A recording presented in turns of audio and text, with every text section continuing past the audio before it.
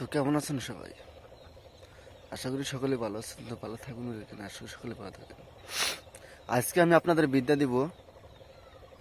হ্যাঁ, এই বিদ্যাটি হলো বিবাদ লাগানো।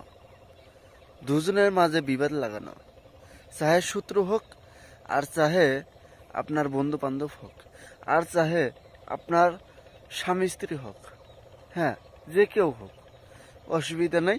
শুধু নাম জানলেই আপনি তার মধ্যে আপনি বিবাদ লাগাতে পারবেন।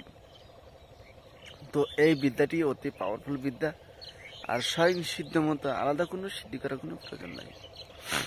এই বিদ্যা আমি নিজে কাজ করে থাকি এবং হ্যাঁ, এখন পর্যন্ত কাজ চলে আছে।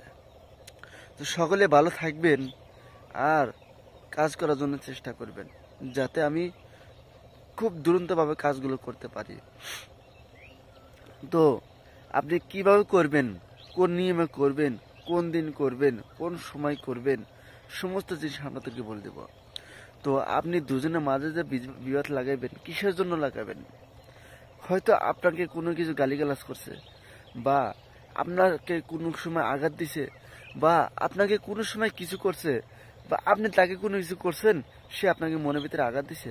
হ্যাঁ, সেটাই হলো সূত্র, সেটা হলো আসল সূত্র। সেই সূত্রকে আপনি বিবাদ লাগাইতে আপনি অনেক কিছু করে রাখতে পারবেন, বিবাদ লাগিয়ে অনেক কিছু করে রাখতে পারবেন।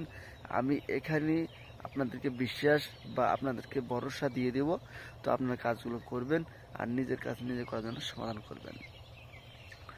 তো অনেকেই আমার কাছে সঠিক বিদ্যা চেয়েছেন, যে ওস্তাদ আমাকে সঠিক বিদ্যা বা আমাদেরকে সঠিক বিদ্যা শেখান। তো সেজন্যই আমি আপনাদেরকে সঠিক বিদ্যাগুলো আপনাদেরকে উপস্থান করছি বা তুলে ধরছি। তো আপনার সঠিক বিদ্যাগুলো আপনি নিয়ে তারপর কাজগুলো সমাধান করে রাখবেন।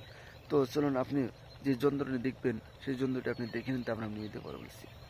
স্ক্রিনে যে যন্ত্রখানা দেখতে পারলেন, আপনি এই যন্ত্রখানা খুব ভালো করে স্ক্রিনশট করে তুলে নেবেন।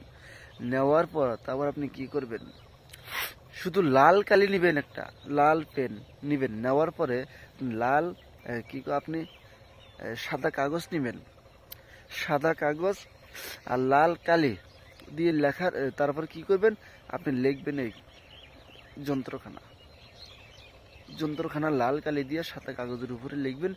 লেখার পরে তারপর আপনি কি করবেন, আপনি তামার মাদুলি আছে না, তামার মাদুলিতে পরাবেন। তামার মাদুলিতে পরিয়ে তারপরে আপনি 3 মোড় রাস্তা, যেখান থেকে দেখবেন 3 মোড় রাস্তা, 3 মোড় রাস্তা যদি থাকে, সে 3 মোড় রাস্তায় আপনি ডাইরেক্ট মাঝখানে, যদি পাকা থাকে তাহলে তো সাইডে দিবেন, আর যদি পাকা না থাকে তাহলে মাঝখানে দিবেন, ডাইরেক্ট মাঝখানে। দেখবেন 3 দিনের ভিতরে সে ঝগড়া লেগে আলাদা হয়ে গেছে, বা ঝগড়া লেগে তার সঙ্গে বিবাদ চলে যাবে। তো এটা হলো আমার পরীক্ষিত বিদ্যা। তো এই বিদ্যা মিস যাবে না। আশা করি আপনাদেরকে খুব উপকার আসবে বা কাজে লাগবে। আর আপনারা দোয়া আশীর্বাদ করবেন যেন আমি আপনাদেরকে ভালো বিদ্যা দিতে পারি আর ভালো কিছু শেখাতে পারি। তো যারা যারা এখন পর্যন্ত আমার চন্ডাল হার এবং গুরুবিদ্যা ডায়েরি নেননি, অবশ্যই নেবেন। কারণ আমি আপনাদেরকে দেখাই দিব যে সেই গুরুবিদ্যা ডায়েরির ভিতরে কোন ধরনের বিদ্যা আছে কি আছে না। আর যে চন্ডালের হারটা দিব, আমি তাও পরীক্ষা আমি আপনাদেরকে দেখাই দিব যে চন্ডালের হারটা কাজ করবে কি না, এখানে আমি করে দেব। সকলে ভালো থাকবেন, সুস্থ থাকবেন, ধন্যবাদ। তো আজকের মতো ভিডিও অবশ্যই ছিল, ভালো থাকবেন।